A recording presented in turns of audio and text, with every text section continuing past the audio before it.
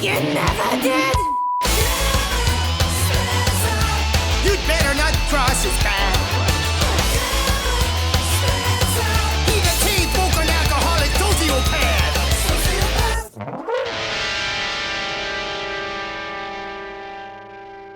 It was the middle of the week, and Kevin and the old man were going to a hockey game because Kevin had pretty much dropped out of school, and because the old man didn't have to go to work in the morning because he didn't have a job, since jobs are for losers. The boy loves it when you go to hockey games. Yeah, that's because I teach him all my tricks for smuggling booze. Here's an old family secret, boy. When you go to get through security, stick the bottle down your pants.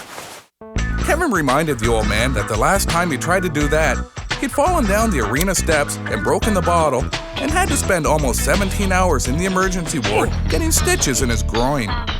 Well, I guess I could make this wineskin look like a colostomy bag. Kevin was about to give up and just spend the night drinking at home when he suddenly had an idea. Looks like your twin brother. We stuffed 100 beers into that suit. That's almost as much as me. Even paying for the dummy's admission, Percy was saving money, so he was pretty happy. But the dummy was so heavy, they both had to lift it out to the car. When they got to the arena, the security guards didn't suspect a thing. 3 tickets. What's wrong with the kid? He's crippled, but he likes hockey. God, I think he's foaming at the mouth. Sir, allow us to provide you a complimentary wheelchair on behalf of the management. Yeah, getting tired of hauling his gimpy ass around. Start pushing, Kevin.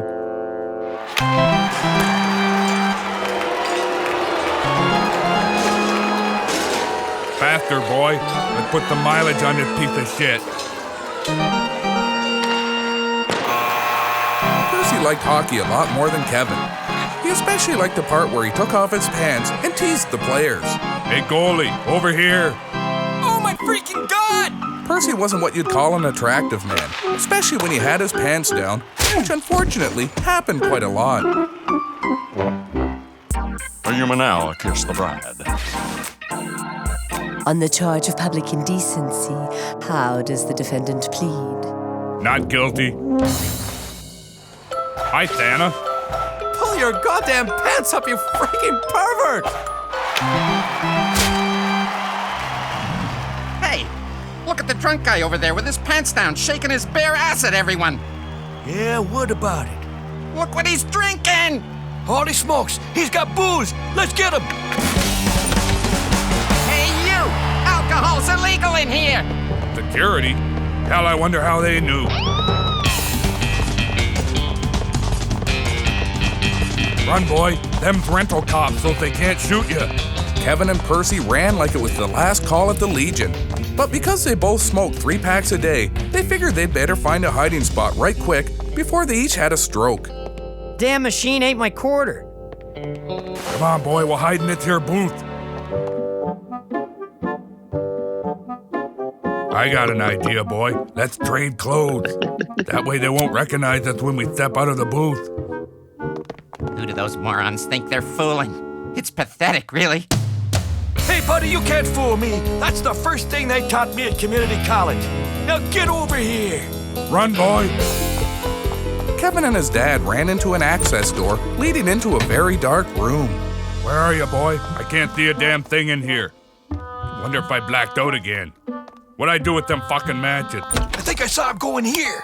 And that's the end of the first period. Now, put your hands together for the Half Pints Midget Wrestling, brought to you by Mom Shortbread. Stick it in your mouth. You'll be glad you did. Let's meet the wrestlers. Direct from Wawa, Big Chief Littlefeather, last of the Midget Mohicans. And he'll be matching wits against the reigning champion, the guy who sweeps up the lobby after the game. But before the match, a special message. Kids say no to drugs and practice safe sex. And you'll grow up to be champions like us. Lobby Midget starts things off with a helicopter hold. The Chief makes a clean getaway by running between the referee's legs. I believe Muhammad Ali used a similar move in the Thriller in Manila. But wait, there seems to be a fan in the ring. Where the Christ am I? and the midgets are working him over good. The Lobby Midget and the Big Chief have the man in the Krakatoa brick drop. Witness their midget wrath. And you won't get action like this in the big leagues. What's this? My God, somebody's driving the Zamboni under the ice. There's no stopping these terrorists. They're heading for the parking lot. Oh, the humanity. And now, back to the second period. Kevin and the old man drove all the way out of the parking lot and took a sweet little joyride on a Zamboni. Then they stripped it for parts and left it up on blocks.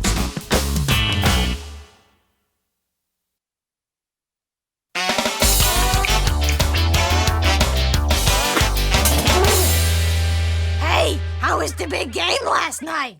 Nothing was happening, so we left early. I ain't getting it. So, okay, you're watching Toon TV and hello, we bring you music on television.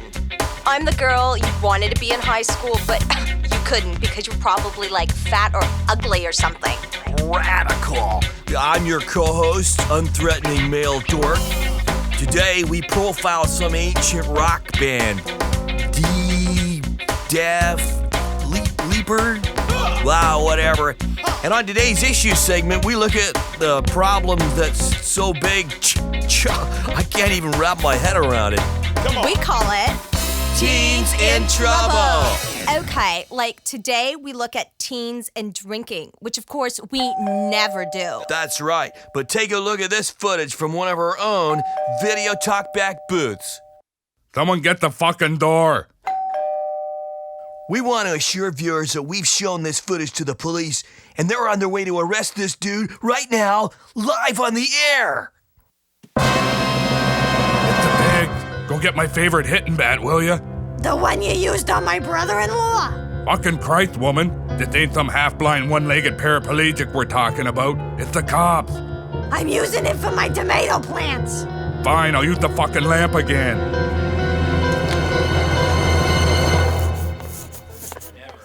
Here they is, just like I told you. Now pay up.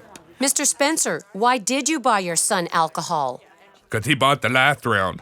Why, you calling me cheap? Mr. Spencer, I have a question. Who the hell are you, prick? Quaint.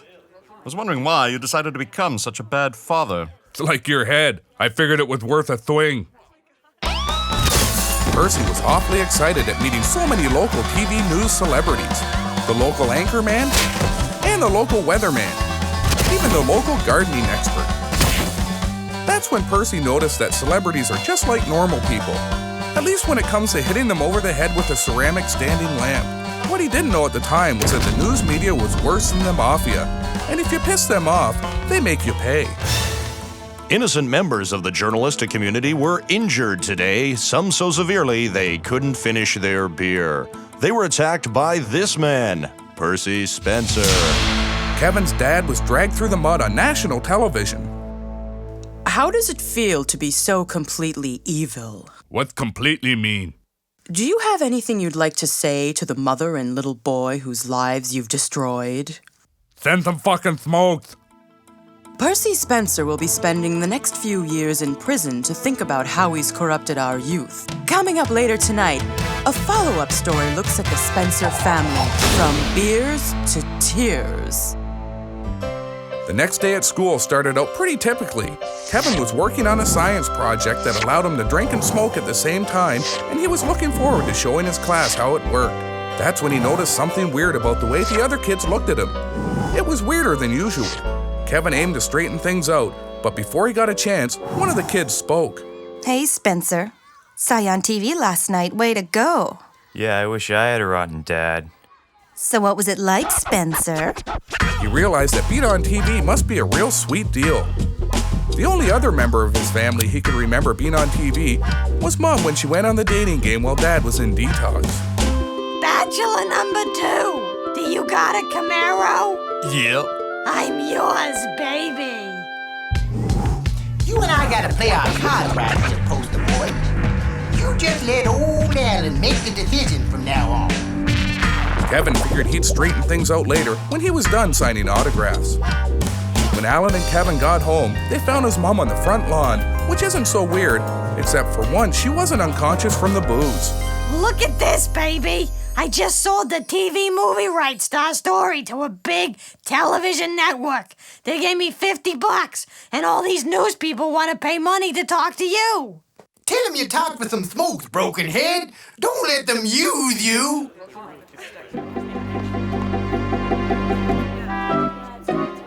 Kevin told the journalist how his dad used to get drunk and do drugs and sleep with hookers. The journalists all gasped, mostly because they all did the same things and didn't want anyone to suspect. Now we go to work, boy. Your life just ain't bad enough to milk this baby long term. We got to start some fabricating. That's when Kevin made up a few whoppers about the old man involving missing hitchhikers, war crimes, and a shadowy involvement with the Olympic Committee. He figured that ought to learn the ignorant bastard a thing or two. Good Lord, this boy's been through hell. Is Kevin receiving treatment of any kind, Mrs. Spencer? No, we can't afford no medication on account of Percy spent all the money on gambling and whores.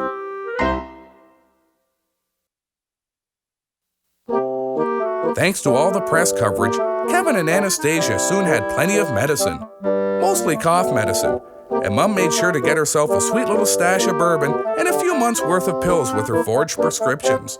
You made up a few doozies there, Kevin, but it was worth it. I'm gonna get you on all the TV shows. Oprah, Sally, Montel, Ricky, Larry, Rosie, Regis, and Lisa. While Mom rattled off first names, Kevin wondered what Alan's secret agenda was. Never hurts to have good press. You're a celebrity now. We're gonna milk this bastard until we have enough money for an A-bomb or an orgy love commune. People of Spenceria, I have some important things to tell you. First, you must set forth unto the land and spread your seed amongst the people. Second, you must read, for only knowledge is freedom. And finally, with the person driving the red 79 Gremlin, please move your car. It's not blocking anything, but it makes the commune look shitty. While Kevin and Alan made their plans, no one gave a second thought to how the old man was doing back in the joint.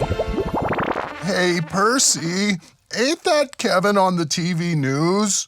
Little prick, what's he saying about me now? You should be nicer to the Messiah, Percy. He's had a rough life. I know.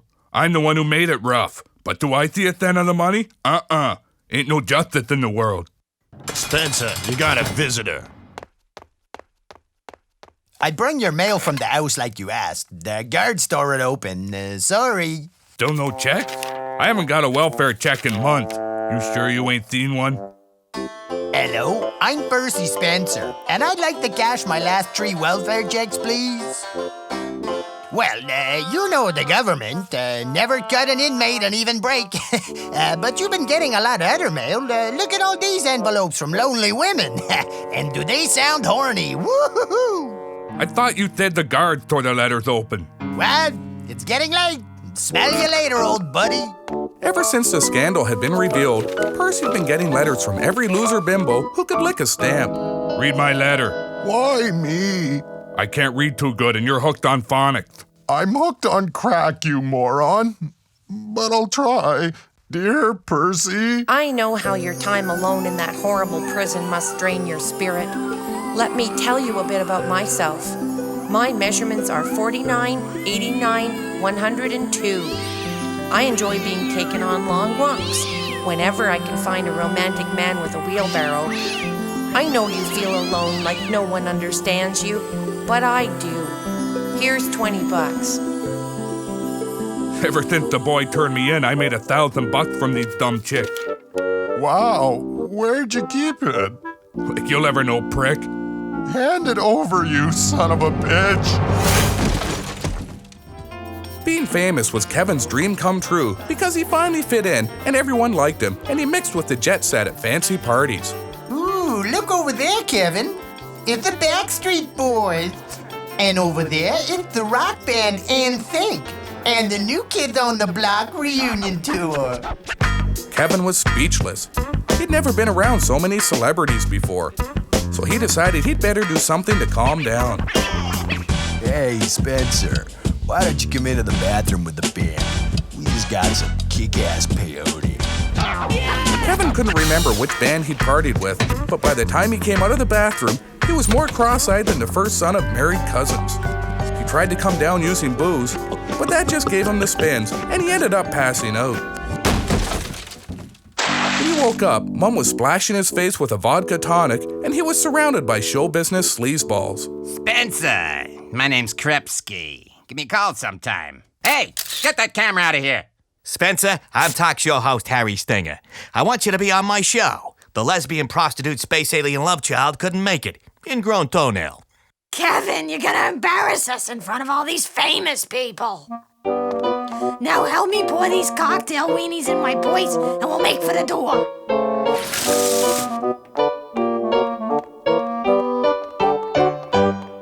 Kevin's mom took him to see his new agent, Mr. Krepsky.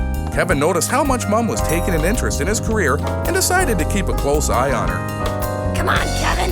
If it wasn't for me marrying the joke in the first place, you wouldn't be famous. Kevin, I have an exciting campaign ready for you. Bigger than big. Remember, I'm the guy who made Milli Vanilli what they are today. First, merchandising. The Kevin Spencer Diet Plan. It's just cough syrup and smokes. Cigarette companies are falling all over themselves to have such a young spokesman. And how about this? Your new tell-all book, ghostwritten by your mom. Kevin Spencer, Life Sentence to Love. Could it get more brilliant? Of course it could. Each page can be torn out and used as rolling paper. I've swung a deal with the milk companies. From now on, they're throwing out the old idea of having lost kids on the cartons and putting your face on them instead. But Kevin isn't lost. It's all part of the promotion. I'll explain later. Okay, Kevin, what woman wouldn't be turned on by Kevin Spencer cologne? Ooh, how fucking sophisticated. Well, not really. It's also mostly cough syrup and cigarettes. And finally, we have the obligatory marketing items. Kevin Spencer driveway gravel, lighter fluid, and sanitary napkins. Sanitary napkins? Kevin's Choice tampons. They may not be number one, but they're right up there. Now, Kevin, we have to talk about your big appearance on the Stinger show. Let's see your game face. Nah, not tragic enough. Think about your father rotting away in prison. Okay, we'll try something else. What's the saddest thing you can remember? Kevin thought about the time when he was drunk and the old man asked him to go into the fridge and see if the lights went out when the door closed. Then Percy forgot about him and the fridge was repossessed by predators. Kevin remembered those 3 days withdrawing from booze and smokes, all alone in the dark. That's the face I'm looking for. Wow, wouldn't your father be proud? Nah, I guess not. I think the guards went through your mail again, Percy. Did they find the sugar? Yeah, but they're gonna let you keep it, because it's not being contraband. Listen, I was wondering... Can't stay and talk. Stay out of my mail, you earthwipe. Read my letter for me. Dear Percy... I've sent you all the money I can spare. I spent the rest to buy a special outfit for you when you get out of prison. But before we finally meet, you should know, I'm a hermaphrodite. Here's the supplies you said you needed to try and break out. I'll be waiting on the other side. Love, Maxine. What's Aphramite? I think it's when you stand up too fast. You got away with the babes, Percy. So when you going over the wall? Like you'll ever know, prick. That does it, you tight son of a bitch. Okay, Spencer, it's time to go to your pre-trial hearing. Kevin's old man had a pretty sweet plan for busting out. Maxine sent a whole lot of sugar, and Percy ate it all. Then he barfed it up again. I learned this trick from the boy.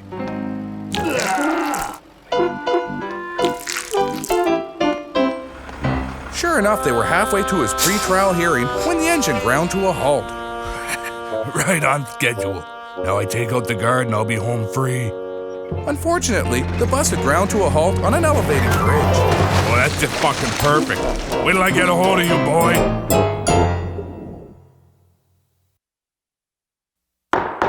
Spencer, Your career criminality and wanton disregard for public safety has left us no choice. I'm not allowed to give you the death penalty, but I can have you declared criminally insane and have you lobotomized. Oh my God, what's that? They're going to cut into his brain and throw part of it out.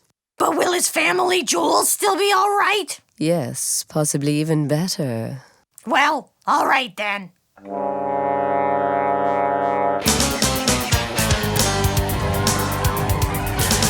Folks, I know I couldn't be more honored than to be here saying thank you to Kevin Spencer. But Kevin, we can't let you go without springing a little surprise on you. Right now in Joyceville Institute for the Criminally Difficult, your father is about to undergo a surgical lobotomy. We now go to our live satellite hookup. Don't I get no anesthetic? We only use anesthetic on people who might be able to afford a lawyer. Percy Spencer, before society pulls your brains through your nose on national television, do you have any parting thoughts to help your son begin the healing? Yeah, why'd you tell them lies about me, you little fucking son of a bitch? Soon as this lobotomy's over, I'm gonna kick your hat up your ass. Kevin didn't much like being talked to like that, and he told Percy that he would have made up even more stuff, but no one would have believed such a fat, lazy arsehole was capable of getting off the couch. Wait a minute. You made up some of the accusations against your father? You're busted, you little son of a... Soon Kevin's fame had disappeared. Sayonara, loser. He couldn't even get a job in dinner theater. Luckily for Percy, they stopped his surgery just in time. As a malpractice settlement, he got a brand new Camaro and all his medical costs, including the reconstructive rhinoplasty. Kevin was really scared that the old man was going to whoop his ass for falsely incriminating him and politely asked Percy if there was any hard feelings. I was lucky, boy. They only pulled out the part of my brain near the front. Kevin asked Percy what part of the brain that involved. I was lucky, boy. They only pulled out the part of my brain near the front. Then he asked if the keys were still inside the Camaro. I was lucky, boy. They only pulled out the part of my brain near the front. My last word is about the real victim in all of this. This young boy who was found abandoned at the local hockey arena. Who speaks for him?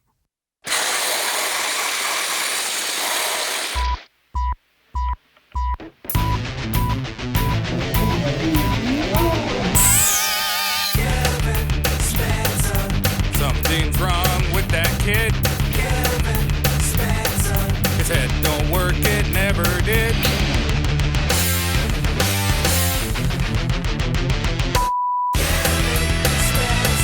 You better not cross his path. He's a chain-smoking alcoholic sociopath. I was lucky, boy. They only pulled out the part of my brain near the front.